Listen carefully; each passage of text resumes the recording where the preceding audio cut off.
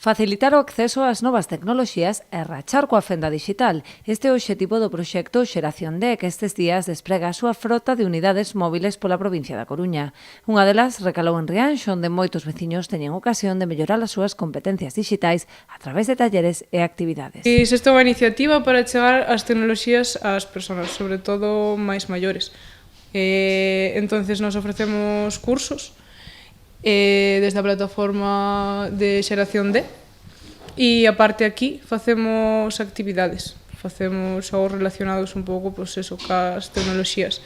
Ademais de familiarizarse con novas ferramentas digitais e poñer a proba as súas competencias a través dunha experiencia inmersiva, os usuarios poden participar en actividades máis lúdicas, como este escape room. Vos poñen unha simulación na que estades nunha nave e uns alienígenas vos la hackean.